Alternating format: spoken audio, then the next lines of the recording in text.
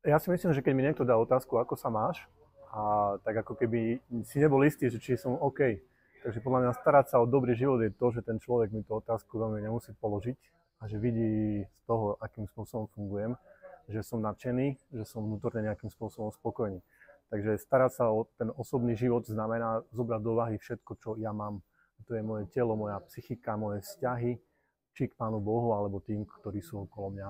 Toto všetko, keď zahrnem dokopy, tak to vo mne vytvára potom ten spokojný a šťastný život. Tak o svoj osobný život sa starám predovšetkým tak, že sa starám aj o svoje zdravie a samozrejme, že snažím sa využívať všetky tie prostriedky, ktoré mám k dispozícii ako reholník, či už duchovný život v komunite alebo modlitby, duchovné cvičenia. Čo sa týka toho duchovného života, teda heslo tejto kapitoly je zamerané na Krista a život pre mladých. A toto je vlastne asi ten základ. Že toho Krista stále objavať vo svojom živote.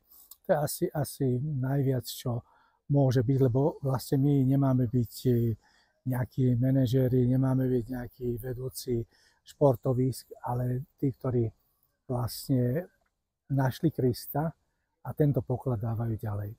A čo sa týka toho môjho života, to je vlastne o tomto. To je vlastne o tomto, že stále hľadať toho Krista, stále sa k nemu vrácať a v ňom nachádzať svoje šťastie.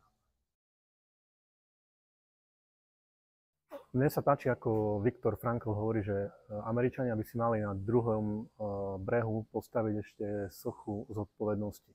Čiže pomôcť druhým k šťastnému životu je dať dokopy slobodu aj zodpovednosť a tam niekde by sa mal spájať potom to, že im to vnútorne vytvorí aj vášeň, aj taký vnútorný pokoj. Predovšetkým snažím sa im dať dobrý príklad a venovať sa im naplno, nakoľko vládzem. Dávam im svoj čas a snažím sa im ukázať na niektoré hodnoty, ktoré sú trvácne. My denne veľa komunikujeme, možno cez siete, cez rôzne kanály, aj medzi sebou rozprávame, ale málo odovzdávame seba.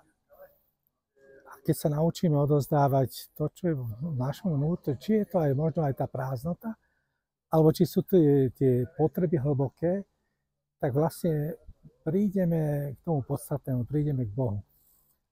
A vtedy, keď ho nájdeme, či už v rodine, alebo aj v komunite, alebo aj medzi spolupracujúcimi alebo mladými, tak vtedy sme vlastne našli ten poklad, ktorý zmení náš život.